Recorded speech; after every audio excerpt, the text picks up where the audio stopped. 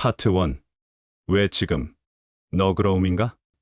우리는 어느새 60을 바라보는 나이가 되었습니다. 지나온 삶을 돌아보면 참 쉼없이 달려왔습니다. 매일이 경쟁이었고 매 순간이 증명의 시간이었습니다. 성과를 내야 했고 책임을 져야 했고 실수는 곧 약점이었기에 늘 나를 세워야 했죠. 그렇게 우리는 가족 안에서도 회사 안에서도 누구보다 바르고 누구보다 강하고 누구보다 정확하게 살아왔습니다. 그런데 요즘 우리는 이상한 기분에 자주 머뭅니다. 예전엔 당연하게 주고받던 대화들이 줄어들고 가족의 식사 자리는 점점 짧아지고 직장에서는 후배들이 조용히 말없이 물러서는 걸 느낍니다. 이상합니다. 우린 여전히 바른 말을 합니다. 틀린 건 지적하고 실수는 바로잡습니다. 그런데 왜 사람들은 점점 멀어질까요? 이 질문은 우리에게 큰 울림을 줍니다. 정답을 말하는 삶이 반드시 사람을 얻는 삶은 아니라는 사실을 우리는 이제서야 깨닫고 있습니다. 많은 사람들은 나이를 먹으면 자연히 너그러워진다고 말합니다. 하지만 정말 그럴까요? 우리는 그렇게 나이 들지 않았습니다. 오히려 점점 더 완고해지고 고집이 세지고 내 기준에서 벗어나는 것들을 받아들이지 못하게 되었습니다. 늘 내가 해봐서 아는 대로 시작하는 말들이 다름을 인정하지 않는 아집으로 변해 있었다는 걸 이제서야 알게 됩니다. 에이브러햄 링컨은 이렇게 말했습니다. 사람의 진면목은 권력을 쥐었을 때 드러난다. 우리는 어느 순간 그 작은 권력 앞에서 사람을 잃어왔는지도 모릅니다. 가정에서의 가장이라는 권력, 직장에서의 상사라는 권력, 그 안에서 우리는 너그러움보다 판단을, 기다림보다 지시를 앞세워왔습니다. 우리에게 필요한 건 이제 새로운 경쟁도, 더 많은 성취도 아닙니다. 이제 필요한 건 너그러움의 용기입니다. 말을 줄이고, 판단을 멈추고, 틀렸다고 느껴도 먼저 이해해보려는 태도. 그게 바로 지금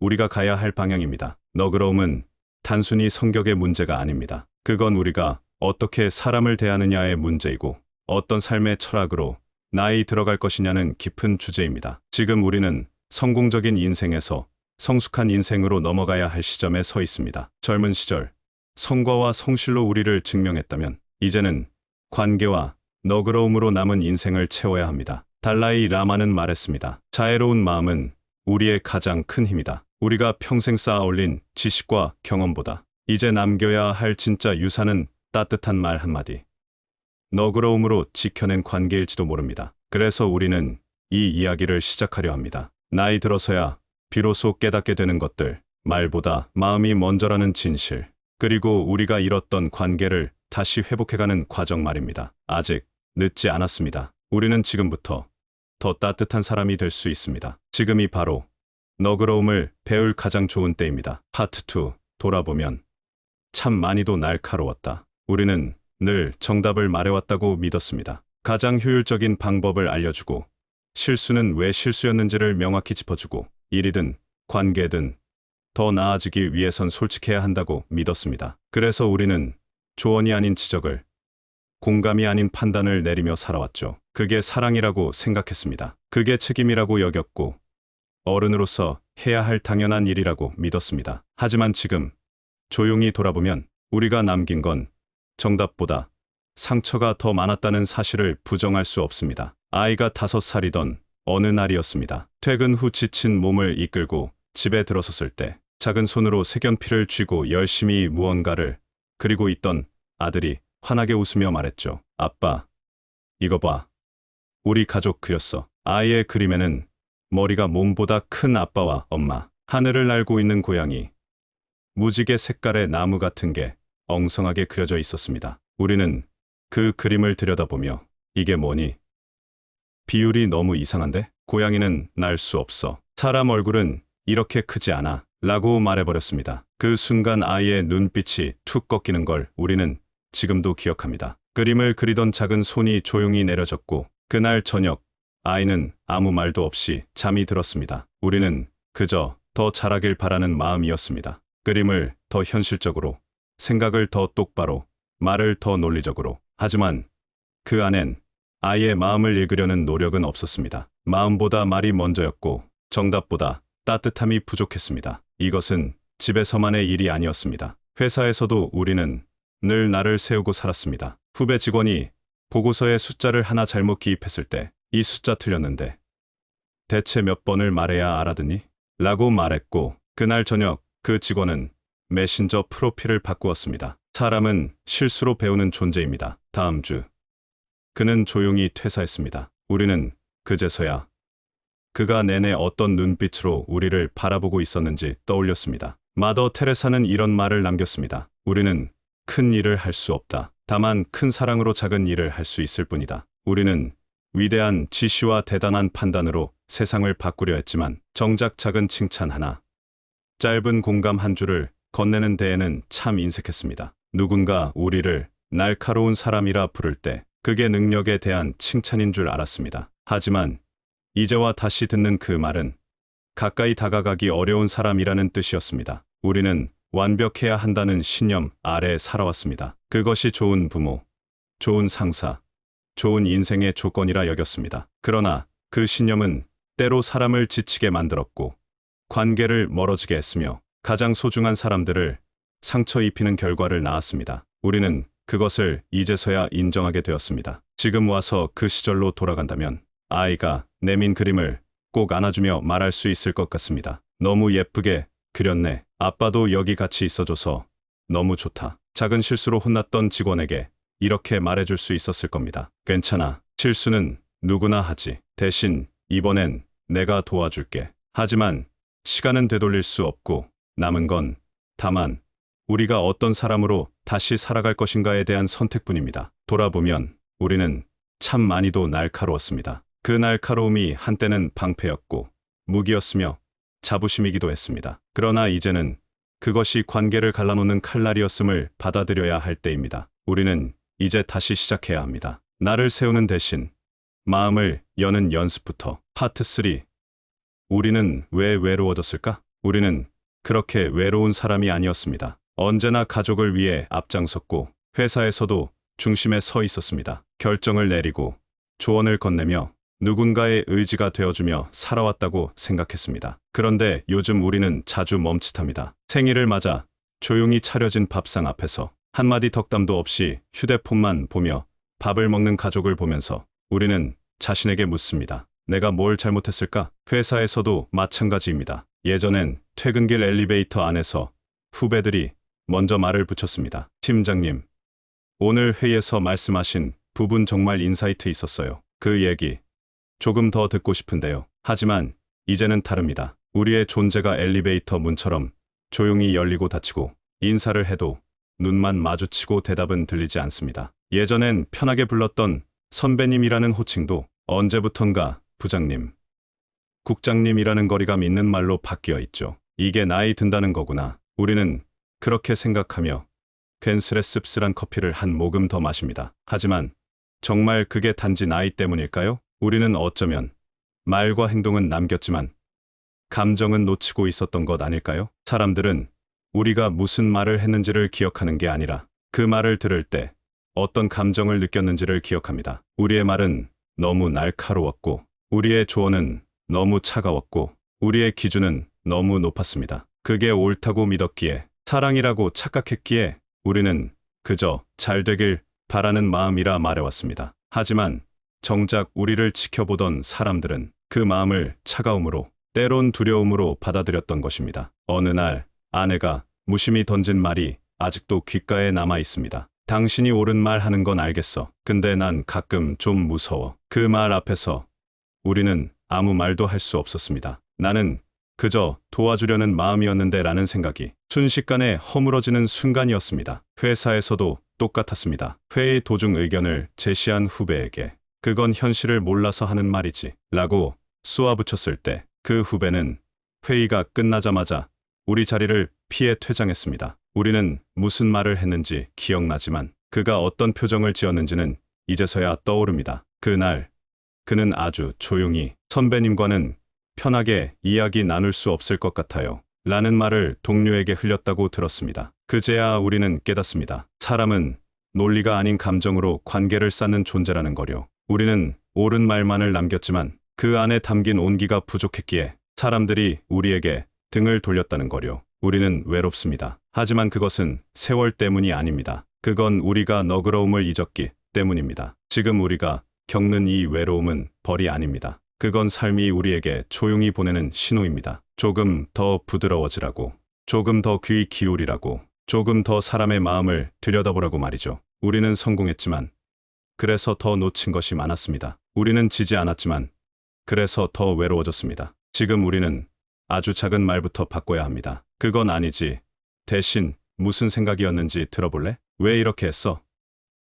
대신 어려운 점은 없었어? 그렇게 우리의 말투가 바뀌면 사람들의 반응도 바뀌기 시작합니다. 외로움은 무너뜨리는 게 아닙니다. 다시 관계를 쌓을 수 있는 기회입니다. 이제 우리에겐 선택이 남아 있습니다. 계속 고독한 위험 속에 머무를 것인지, 아니면 다시 사람들 속으로 걸어 들어갈 것인지. 우리는 후자를 택할 준비가 되어 있습니다. 파트 4.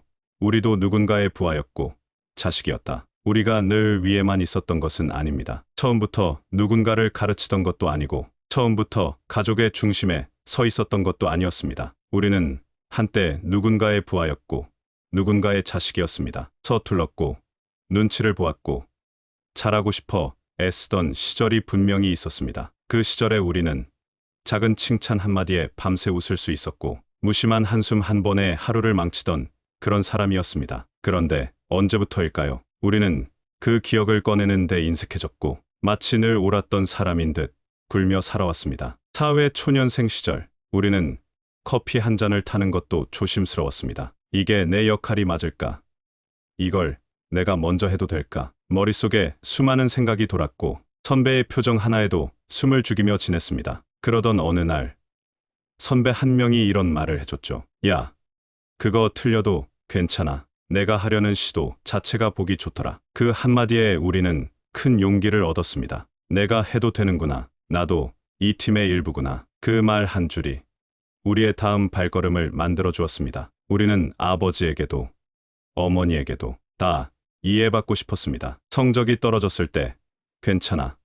다음에 잘하면 되지라는 말이 듣고 싶었고, 진로를 고민할 때 내가 하고 싶은 거 해봐라는 응원이 필요했습니다. 하지만 우리 부모님 세대는 그런 말을 잘 못하셨죠. 무뚝뚝한 침묵과 무표정한 얼굴이 전부였고, 우리는 그 속에서 외로운 사랑을 읽어야 했습니다. 그때 우리는 생각했습니다. 나는 나중에 내 아이에게 이런 말은 하지 말아야지. 나는 내 후배들에겐 따뜻한 상사가 되어야지. 하지만 시간이 흘러 우리가 그 자리에 선 지금, 우리는 부모님과 선배들이 했던 말투와 태도를 그대로 따라하고 있었습니다. 심지어 더 딱딱하고 더 차갑게. 지금 우리가 마주한 오해와 거리감도 결국 상대의 입장에서 보지 못한 결과 아닐까요? 우리는 부하 직원들이 서툴러 보일 때 요즘 애들은 왜 이렇게 기본이 안 돼 있지라고 생각했지만, 사실은 그들이 예전에 우리와 똑같이 두렵고 조심스러웠던 것일지도 모릅니다. 우리는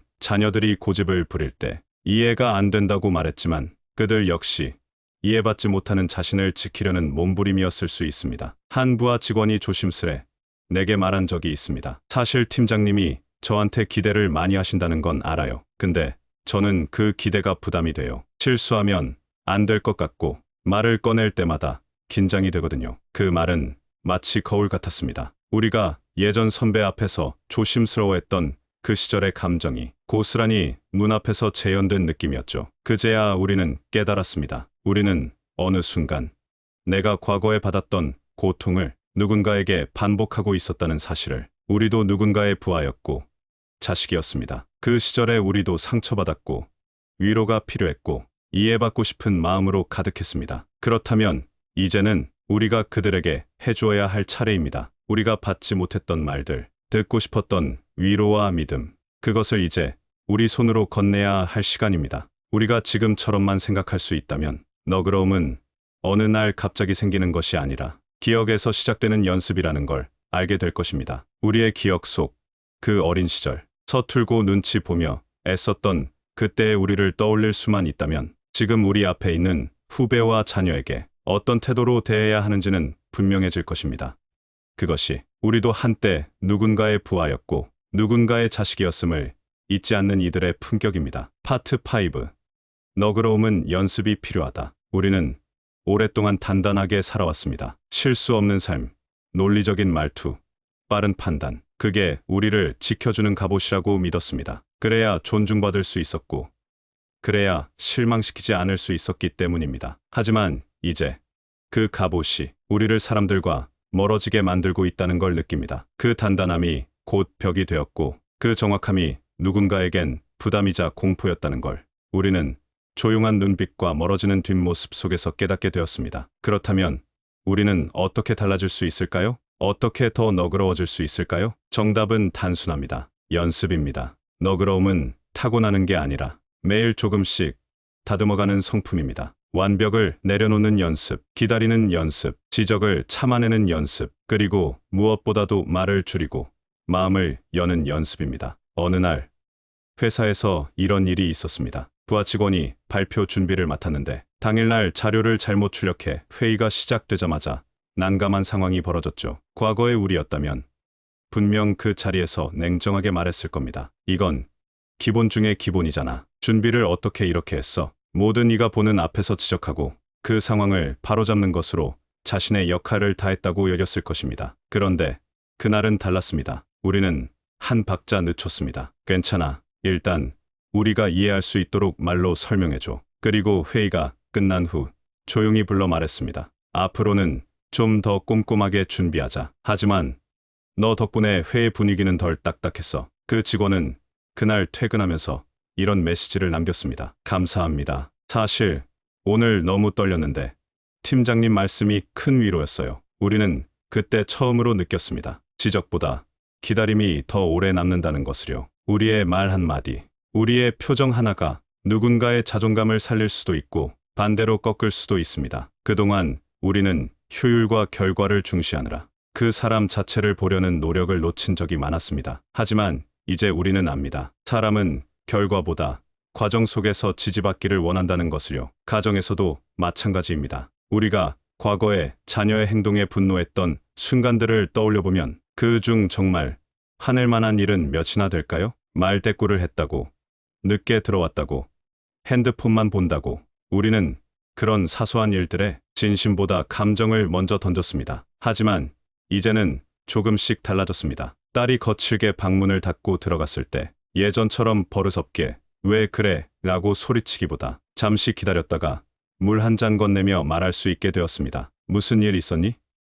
아빠한테 얘기해도 돼. 그러면 놀랍게도 닫혔던 문은 생각보다 쉽게 열립니다. 너그러움은 그렇게 작은 연습의 반복 속에서 길러지는 것입니다. 처음에는 어렵습니다. 우리가 수십 년을 쌓아온 말투, 태도, 생각을 바꾸는 일이니까요. 하지만 우리는 이제 안다는 사실만으로도 이미 한 걸음을 디딘 셈입니다. 마음속에서 지적해야 할 이유가 올라올 때 한 박자 쉬고 공감할 이유를 찾아보는 연습, 이해받지 못해 속상할 때 그 마음이 다른 사람에게도 있을 수 있음을 떠올리는 연습, 너그러움은 그렇게 매일 우리 안에서 자라고 있습니다. 우리는 완벽한 사람이 되려는 마음보다 따뜻한 사람이 되려는 마음이 더 필요한 시기를 살고 있습니다. 누군가를 이끄는 일은 먼저 내려가는 용기가 있어야 가능한 일이니까요. 지금 우리에게 필요한 건 거창한 철학이 아닙니다. 그저 하루에 한 번, 오늘은 누구에게 더 따뜻할 수 있을까?를 묻는 마음.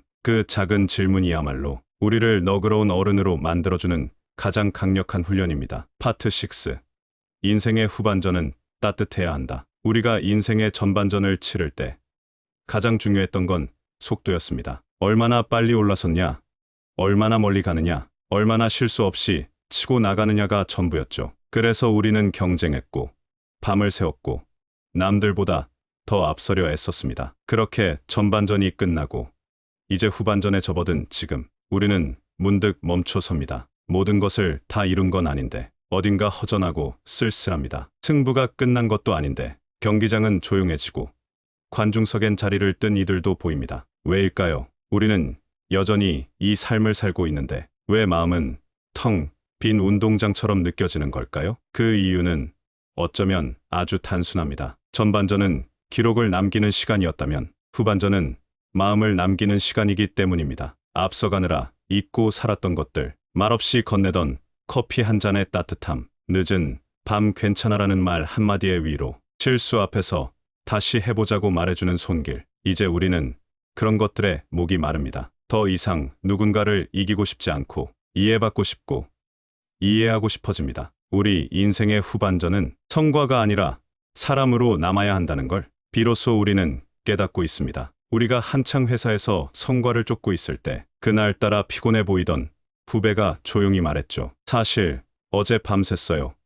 아이가 열이 나서 병원 다녀왔거든요. 그 말에도 우리는 이렇게만 대답했습니다. 그래도 오늘까지 보고서 정리는 끝내야 해. 그 순간 그 후배는 고개를 끄덕였지만 그 눈동자에 담긴 실망과 체념을 우리는 지금도 기억합니다. 그땐 그저 일이 우선이었습니다. 성과는 책임이었고 이해는 사치처럼 느껴졌습니다. 하지만 지금 생각해보면 우리가 잡으려 했던 그 성과는 남지 않았고 그 후배는 회사를 떠났습니다. 우리는 뒤늦게 알게 됩니다. 사람을 얻지 못한 성과는 결국 외로운 숫자에 불과하다는 것. 후반전의 삶은 바로 그 친절의 언어로 채워져야 하는 시간입니다. 우리가 그동안 몰랐던 방식으로, 말보다는 눈빛으로, 지시보다는 기다림으로 존재 그 자체를 따뜻하게 감싸 안는 기술이 필요한 때입니다. 가족과의 관계도 다르지 않습니다. 예전엔 아이들에게 바른 말, 정답만 주려 했습니다. 그건 아니야, 이렇게 해야지, 내가 다 해봐서 아는데. 하지만 지금은 그 말들이 얼마나 거리감의 벽이 되었는지를 느낍니다. 이젠 묻는 연습을 시작했습니다. 넌 어떻게 생각하니? 이건 너한텐 어떤 의미야? 그렇게 대화를 시작하면 닫혀있던 마음이 조심스럽게 열리는 것을 느낍니다. 우리는 이제 알아야 합니다. 옳은 말보다 따뜻한 말이 더 오래 남는다는 것을요. 우리가 살아온 삶은 분명 성실했습니다. 많은 것을 쌓았고 책임을 다했고 누군가에게는 롤모델이기도 했습니다. 그러나 남은 인생은 이제 얼마나 많이 가졌는가가 아니라 얼마나 따뜻하게 나누었는가로 채워져야 합니다. 우리 인생의 후반전은 승부가 아닌 품격의 시간입니다. 무엇을 더 해낼지가 아니라 누구를 더 안아줄 수 있을지가 중요한 시간입니다. 그래서 우리는 다짐합니다. 이제는 매일 아침 더 부드러운 말투로 인사하고 더 여유 있는 눈빛으로 바라보며 누군가의 하루를 가볍게 만드는 존재가 되자고요. 지금이야말로 우리가 진짜 어른이 되어야 할 때입니다. 지식보다 지혜로, 능력보다 따뜻함으로 사람들에게 기억되는 삶을 살아야 할 시간입니다. 우리의 후반전은 반드시 따뜻해야 합니다. 파트 7. 오늘 너그러움으로 나이 들기로 했다. 우리는 어느 날 스스로에게 물었습니다. 이대로 나이 들어도 괜찮은가? 경력이 쌓이고 자리가 높아지고 세월이 우리를 어른으로 만들었지만 그 안에 진짜 어른의 마음이 있었는지 돌아보게 되었죠. 나이가 들수록 말이 많아지기보다 말이 깊어져야 한다는 것을, 존경은 권위가 아니라 사람을 대하는 태도에서 비롯된다는 것을 우리는 뒤늦게 알게 되었습니다. 그래서 우리는 결심했습니다. 이제부터 너그러움으로 나이 들기로 하자. 강함으로 자신을 증명하던 삶을 접고 따뜻함으로 사람 곁에 남는 삶을 시작해보자고요. 이제 아침마다 거울 앞에 섭니다. 오늘은 누구에게 따뜻할 수 있을까? 이 질문 하나가 하루의 방향을 바꿉니다. 회사에선 먼저 말할 겁니다. 어제 일이 많았지? 고생했어. 그 한마디에 후배의 어깨가 눈에 띄게 내려갑니다. 우리는 그제야 압니다. 사람은 평가가 아닌 이해에서 힘을 얻는 존재라는 거요. 집에서도 달라졌습니다. 아이에게 왜 그런 생각을 했어?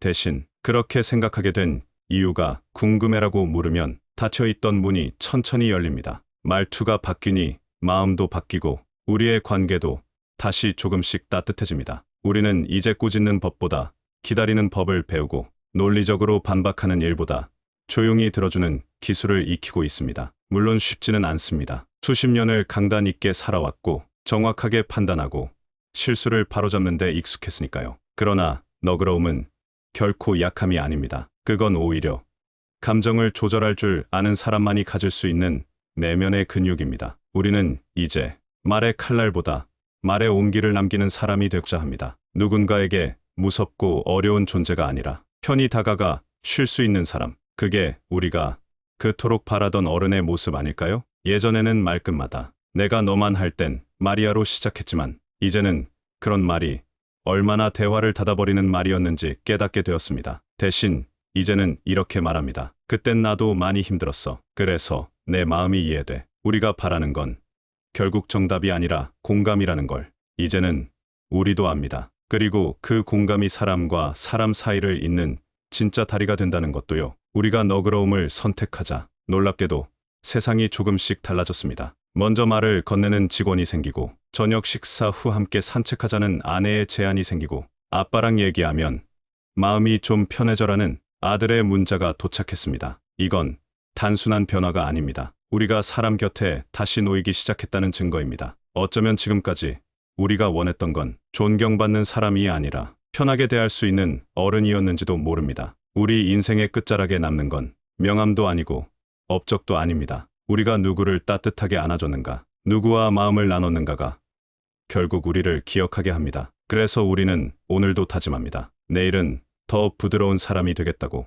내년 이맘때쯤엔 지금보다 더 너그러운 얼굴로 웃을 수 있기를 바란다고. 우리는 이제 너그러움으로 나이 들기로 했습니다. 그것이 이 삶의 가장 따뜻한 마무리라는 걸 조금 늦었지만 분명히 알게 되었으니까요.